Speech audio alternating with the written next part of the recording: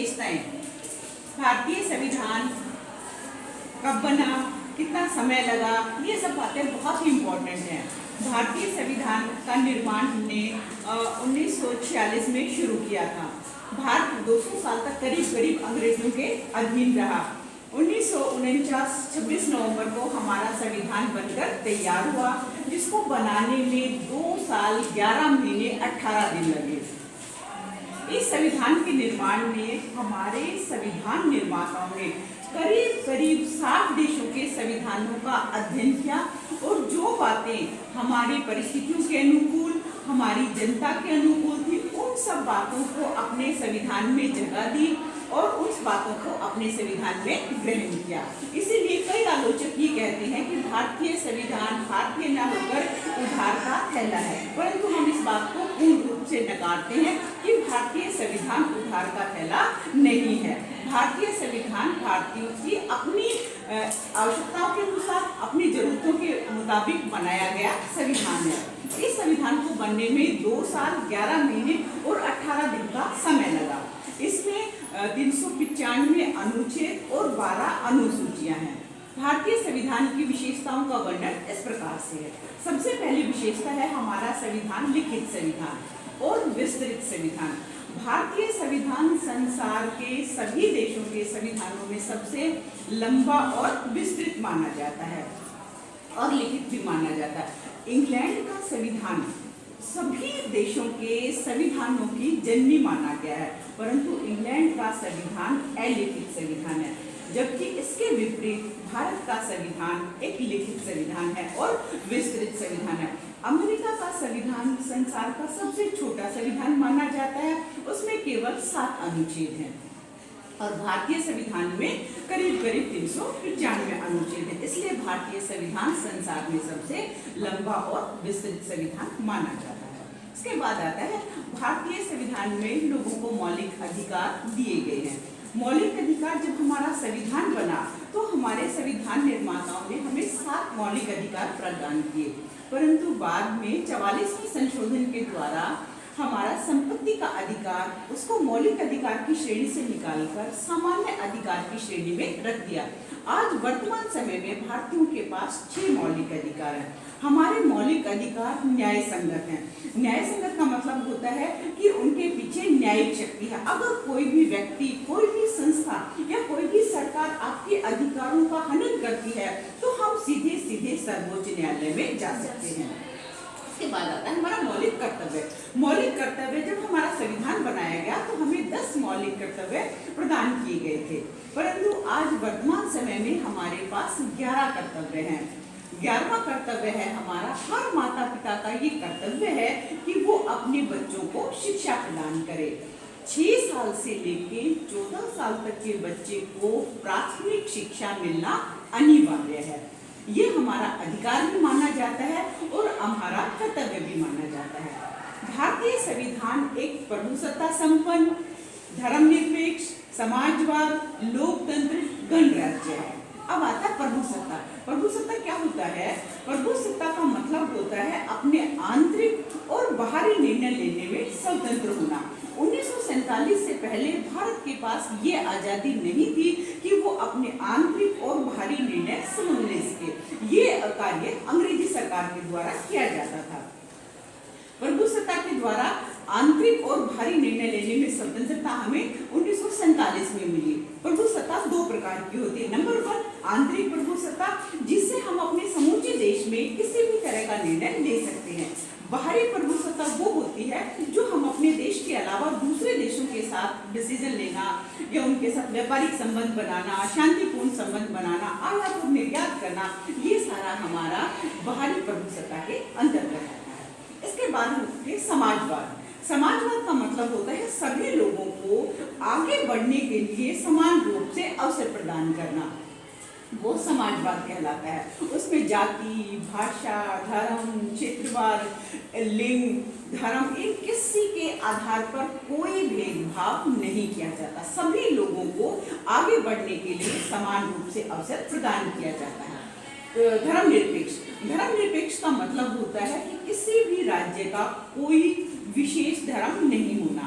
हमारे देश की करीब करीब 85% जनसंख्या हिंदू है, फिर भी हमारा देश हिंदू देश या हिंदू धर्म नहीं रखता।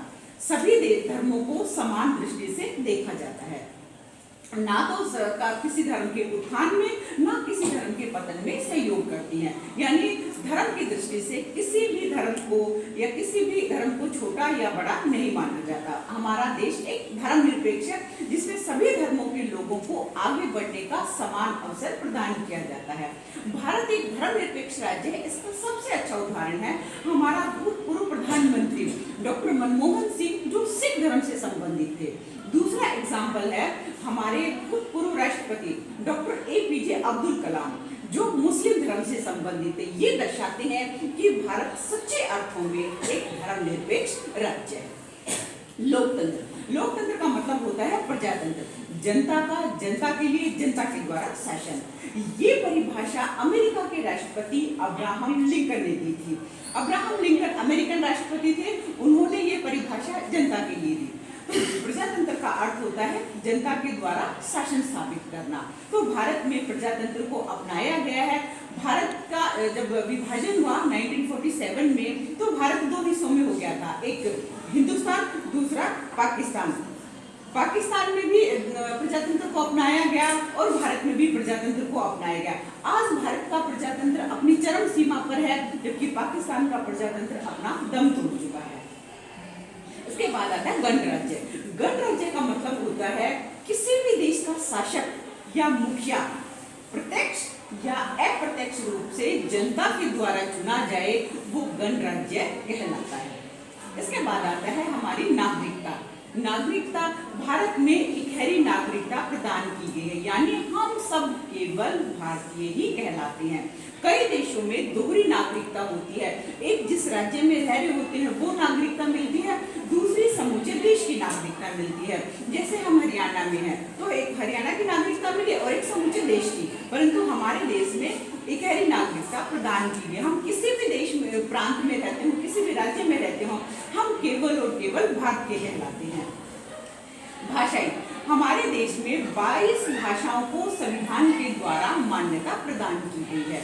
हिंदी हमारी राष्ट्रभाषा है, परंतु भारत में त्रिभाषाई फार्मूला को अपनाया गया है, जिसका मतलब होता है एक भाषा जिस प्रांत में जिस क्षेत्र में आप रह रहे हो वो बोली आपको आनी चाहिए। दूसरी आपकी कामकाज की भाषा जो हमारी अंग्रेजी है, कामकाज की भाषा हमें आनी चाहिए। तीसरी आपकी मातृभाषा या हमारी जो मातृभाषा है हिंदी, वो हमें पढ़नी और लिखनी आनी चाहिए। इसलिए भारत में एक ही समय में 3 भाषाओं का ज्ञान होना आवश्यक है। इसको त्रिभाषाई फार्मूला कहा जाता है। इसके बाद हम देखते हैं कि भारत में संसद के 2 सदन माने गए हैं, लोकसभा और राज्यसभा। भारत अंग्रेजों के गुलाम रहने के कारण सबसे ज्यादा भारत पर अंग्रेजी यानी ब्रिटेन संविधान का प्रभाव देखा जाता है। ब्रिटेन में भी संसद के 2 सदन हैं। ऊपरी सदन को लॉर्ड सदन कहा जाता है और निम्न सदन को कॉमन सदन कहा जाता है। इसी तरह अमेरिका संविधान है, उसमें भी संसद को कांग्रेस कहा जाता है, वहां पर भी कांग्रेस के 2 सदन है। ऊपरी सदन को सीनेट कहा जाता है और निम्न सदन को प्रतिनिधि सदन कहा जाता है। भारत में संसद के 2 सदन हैं। ऊपरी सदन को राज्यसभा कहा जाता है और निम्न सदन को लोकसभा कहा जाता है। लोकसभा का प्रत्यक्ष चुनाव होता है जिसमें आम जनता भाग लेती है और राज्यसभा का चुनाव अप्रत्यक्ष होता है। राज्यसभा एक स्थायी सदन है जिसका कार्यकाल 6 वर्ष रखा गया है। लोकसभा हमारा अस्थायी सदन है जिसको समय से पूर्व भंग भी किया जा सकता है। राष्ट्रपति प्रधानमंत्री के परामर्श पर लोकसभा को भंग भी कर सकता है, परंतु राज्यसभा को कभी भी भंग नहीं किया जा सकता। इसी तरह राज्यों में भी 2 सदन माने गए हैं। ऊपरी सदन को विधान परिषद कहा जाता है और निम्न सदन को विधानसभा कहा जाता है। विधानसभा का चुनाव भी प्रत्यक्ष जनता के द्वारा किया जाता है। इसके बाद आता है वयस्क मताधिकार। वयस्क मताधिकार का मतलब होता है कि जो भी 18 वर्ष का महिला या पुरुष उसको वोट डालने का अधिकार प्राप्त हो जाता है। पहले हमारे देश में ये मताधिकार की आयु 21 वर्ष थी। 61वें संशोधन के द्वारा 21 से घटाकर 18 वर्ष कर दी गई है। आज 18 वर्ष का कोई भी महिला हो, पुरुष हो, वो वोट डालने का अधिकारी बन जाता है। दूसरा, चुनाव लड़ने के लिए हमारे देश में लोकसभा का चुनाव लड़ने के लिए 25 वर्ष की आयु का होना आवश्यक है। राज्यसभा का चुनाव लड़ने के लिए 30 वर्ष की आयु का होना आवश्यक है और राष्ट्रपति, उपराष्ट्रपति का चुनाव लड़ने के लिए करीब करीब 35 वर्ष की आयु का होना आवश्यक है। इसके बाद हम कहते हैं कि संघात्मक सरकार। संघात्मक, भारतीय संविधान संघात्मक होते हुए भी एकात्मक की ओर झुकाव रखता है। संघात्मक का मतलब होता है किसी भी देश में शक्तियों का बंटवारा करना। शक्तियों का बंटवारा का मतलब होता है केंद्र में, राज्य में, स्थानीय इकाइयों में शक्तियों का बंटवारा कर देना। भारत में शक्तियों का बंटवारा किया गया, इसलिए भारतीय संविधान बनावट में संघात्मक है, इसलिए इसको संघात्मक सरकार कहा जाता है। दूसरा आता है एकात्मक सरकार। एकात्मक का मतलब होता है जहां पर सारी शक्तियां एक व्यक्ति या एक संस्था के हाथ में हो तो वो एकात्मक सरकार कहलाती है। अब भारतीय संविधान इन दोनों का मिश्रण है। हमारा संविधान बनावट में तो संघात्मक है, परंतु व्यवहार में एकात्मक की ओर झुकाव रखता है। इसका कारण है कि हमारे देश में जो शक्तियों का बंटवारा किया गया है, संघ सूची, राज्य सूची और संवर्ती सूची, और बचे खुचे विषयों को अवशिष्ट या बची खुची शक्तियां कहा जाता है। संघ सूची में करीब करीब 100 विषय होते हैं जिस पर कानून बनाने का अधिकार केंद्र सरकार के पास होता है। दूसरा, राज्य सूची, जिसमें कानून विषय 61 रखे गए हैं और कानून बनाने का अधिकार राज्य सरकारों को दिया गया है, परंतु किसी विशेष परिस्थिति में राज्य सरकारें केंद्र सरकार से भी इसमें कानून बनवा सकती हैं। तीसरा है संवर्ती सूची, जिसमें 52 विषय रखे गए हैं, उनमें केंद्र सरकार और राज्य सरकार दोनों ही कानून बना सकती हैं। अगर दोनों में गतिरोध उत्पन्न हो जाए या किसी बात पर विरोध उत्पन्न हो जाए तो केंद्र सरकार का कानून माना जाएगा और राज्य सरकार का कानून उस सीमा तक रद्द कर दिया जाएगा जिस सीमा तक वो केंद्र सरकार का विरोध करता है। इसके बाद जो बची कुची या अवशिष्ट शक्तियां होती हैं उन पर दोनों में से कोई भी कानून बना सकता है। इसके बाद हिंदी हमारी राष्ट्रभाषा है। हिंदी को संवैधानिक तौर पर राष्ट्रभाषा माना गया, परंतु हमारे ही देश में बहुत से प्रांत ऐसे हैं जहां पर हिंदी को नहीं अंग्रेजी भाषा में ज्यादा कामकाज किया जाता है। इसके बाद हम देखते हैं कि भारतीय संविधान में हमारे अधिकारों को, कर्तव्यों को या फिर हमारे निर्देशक सिद्धांतों को भी मान्यता दी गई है। निर्देशक सिद्धांत हमने आयरलैंड से प्राप्त किए हैं। निर्देशक सिद्धांत का अर्थ होता है कि सरकारों को कुछ निर्देश दिए जाते हैं जिसके आधार पर वो काम करती हैं। ये निर्देशक सिद्धांत मुख्य रूप से 5 भागों में बांटे गए हैं। धारा 36 से लेकर 51 तक निर्देशक सिद्धांतों का वर्णन किया गया है। मेन उसमें 4 सिद्धांत माने गए हैं। 5वें सिद्धांत में अन्य सिद्धांत रखे गए जिसमें कुछ बची हुई बातों का वर्णन किया गया है। अंतरराष्ट्रीय जो सबसे लास्ट होता है हमारा 51वें अनुच्छेद में आता है। निर्देशक सिद्धांतों के पीछे एक सबसे बड़ी कमी ये है कि वो न्याय संगत नहीं है, यानी उनके पीछे न्यायिक शक्ति नहीं है। अगर कोई भी सरकार उनको नजरअंदाज कर दे तो हम उसके लिए कानूनी कार्रवाई नहीं कर सकते। यही बात हमारे मौलिक कर्तव्यों के साथ है। हमारे मौलिक कर्तव्य भी न्याय संगत नहीं है। मौलिक कर्तव्य और निर्देशक सिद्धांत दोनों न्याय संगत नहीं है। केवल हमारे मौलिक अधिकार ही न्याय संगत है। अगर मौलिक अधिकारों का हनन होता है तो हम सीधे सीधे सर्वोच्च न्यायालय जा सकते हैं, अन्यथा कर्तव्यों और निर्देशक सिद्धांतों के लिए हम सर्वोच्च न्यायालय नहीं जा सकते। इसके बाद हमारे जो प्रधानमंत्री है, प्रधानमंत्री की स्थिति भी अगर हमारे देश में स्पष्ट बहुमत है, स्पष्ट बहुमत की सरकार बनती है तो हमारा प्रधानमंत्री बहुत ही पावरफुल होता है। परंतु अगर स्पष्ट बहुमत की सरकार नहीं बनती तो हमारा प्रधानमंत्री पावरफुल नहीं हो सकता। प्रधानमंत्री का व्यक्तित्व भी अपने आप को सबल बनाने में या अपने देश के प्रशासन में एक बहुत महत्वपूर्ण भूमिका अदा करता है। इसके बाद आता है हमारा संसदीय शासन प्रणाली। भारत पर चूंकि विदेशी संविधानों का प्रभाव है तो ब्रिटेन का सबसे ज्यादा प्रभाव है। ब्रिटेन के संविधान से प्रेरित होकर ही हमने संसदीय शासन प्रणाली को अपनाया है, जिसके तहत दो तरह की कार्यपालिका होती है। नंबर 1 नाम मात्र कार्यपालिका, नंबर 2 वास्तविक कार्यपालिका। नाम मात्र कार्यपालिका का अध्यक्ष हमारा राष्ट्रपति होता है। हमारा समूचा प्रशासन राष्ट्रपति के नाम पर ही चलाया जाता है, क्योंकि राष्ट्रपति हमारा संवैधानिक मुखिया माना गया है। दूसरी जो हमारी वास्तविक कार्यपालिका है, उसका अध्यक्ष प्रधानमंत्री और उसके तहत उसकी सहायता के लिए उसका मंत्रिपरिषद, जो दोनों मिलकर हमारे प्रशासन को चलाते हैं।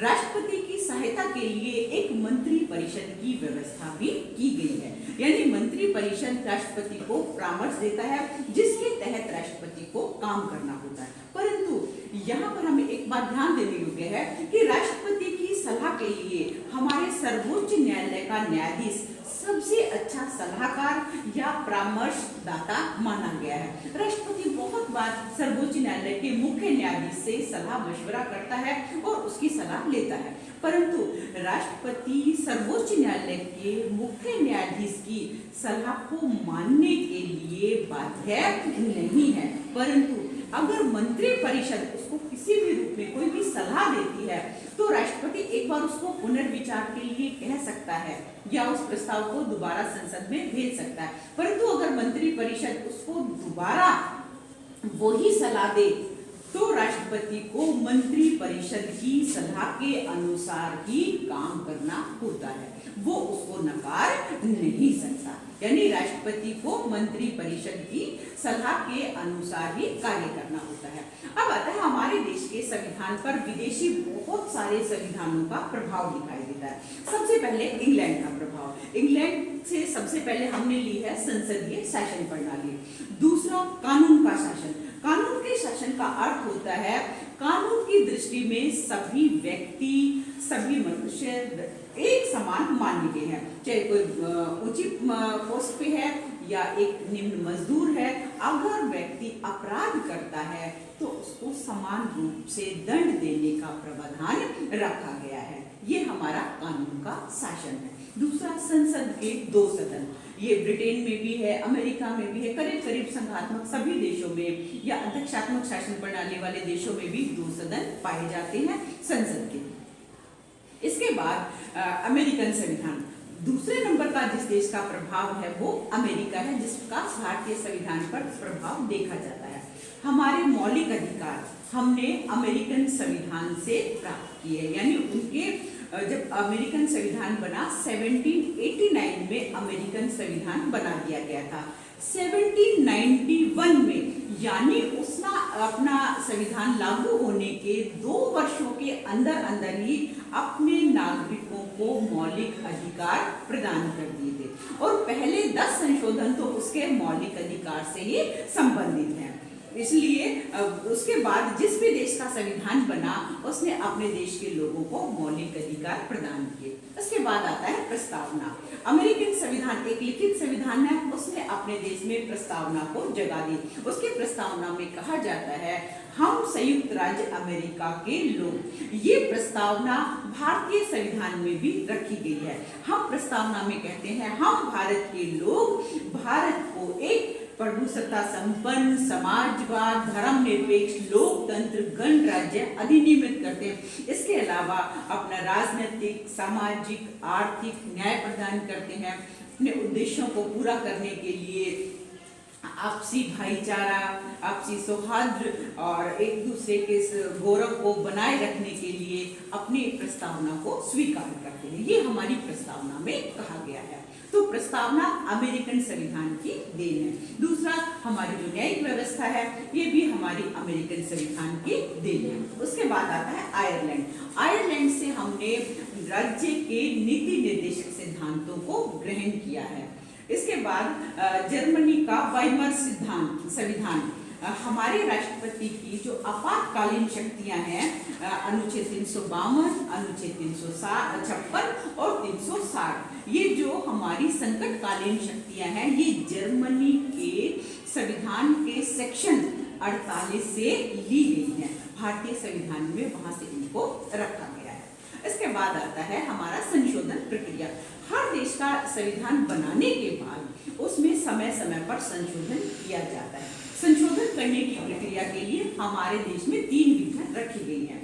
सबसे पहली है, संसद अपने साधारण बहुमत से संशोधन कर सकती है। दूसरा, संसद अपने उपस्थित तथा मत देने वालों के 2/3 बहुमत से संविधान में संशोधन कर लेती है। तीसरी प्रक्रिया है, संसद अपने उपस्थित तथा मत देने वालों के 2/3 बहुमत के साथ साथ आधे राज्यों के विधानमंडल की स्वीकृति लेना भी आवश्यक माना गया है। इसके बाद है हमारे संविधान का स्वरूप, लचीला या कठोर। अमेरिकन संविधान संसार का सबसे कठोर संविधान माना गया है। आज तक अमेरिकन संविधान में केवल 27 संशोधन किए गए हैं। इसके विपरीत ब्रिटिश संविधान संसार का सबसे लचीला संविधान माना गया है। परंतु जब भारतीयों ने अपना संविधान बनाया तो उन्होंने इसके बीच का मार्ग रखा।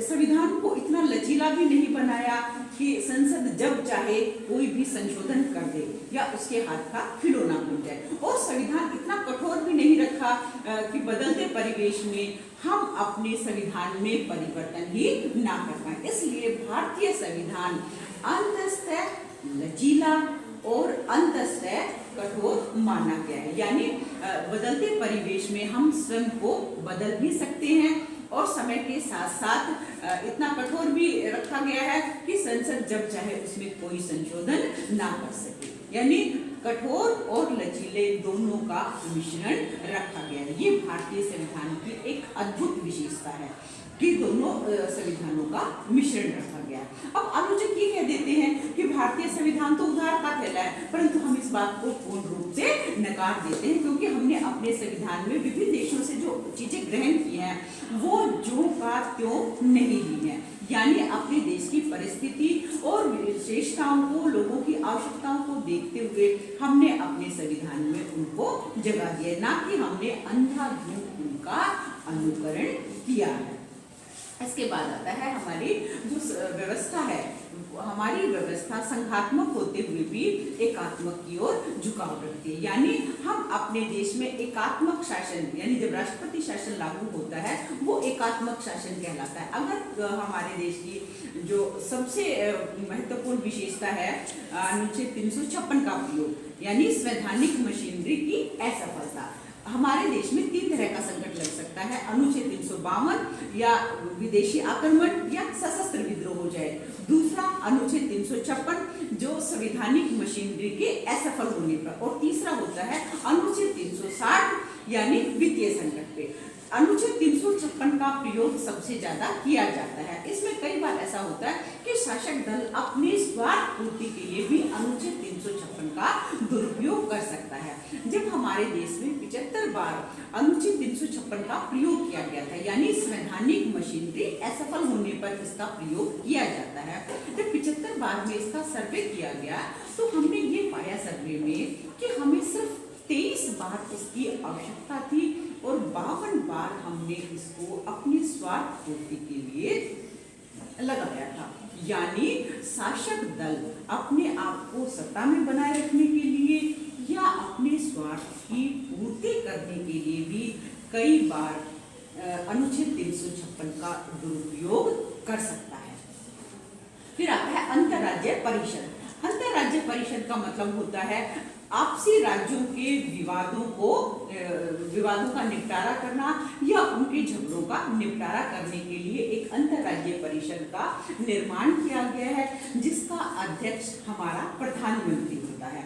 उसकी देखरेख में ही सारे काम किए जाते हैं और प्रधानमंत्री इसका अध्यक्ष माना गया है। इसके द्वारा जितने भी राज्य के, जैसे आपका प्रशासनिक संबंध में एक राज्य का दूसरे राज्य से किसी भी तरह का विवाद है या हमारे नदियों का जल विवाद है, ये भी हमारा अंतर्राज्यीय परिषद के अंतर्गत ही आता है। परंतु आज तक हमारी अंतर्राज्यीय परिषद संस्था ने कोई भी ऐसा महत्वपूर्ण उपलब्धि प्राप्त नहीं की है या किसी भी ऐसे महत्वपूर्ण निर्णय नहीं लिए हैं जिसके आधार पर हम ये कह सकें कि ये अंतर्राज्यीय परिषद एक बहुत अच्छी संस्था है। समय समय पर इसमें संशोधन किया गया है परंतु आज भी हम ये कह सकते हैं कि अंतर्राज्यीय परिषद वो कार्य नहीं कर सकती जो इस संस्था को करने के लिए इस संस्था का निर्माण किया गया था, कि राज्यों के आपसी विवादों को सरलता से हल किया जा सके। इसके बाद आता है हमारा सहकारी आयोग,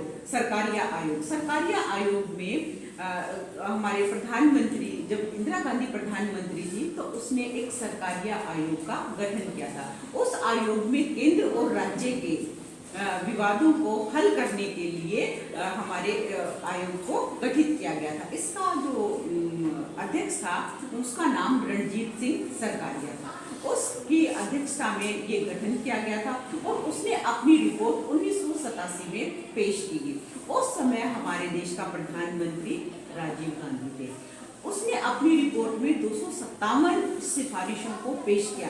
अगर उन सिफारिशों को लागू किया जाए तो हमारे केंद्र और राज्य के विवादों को हल किया जा सकता है।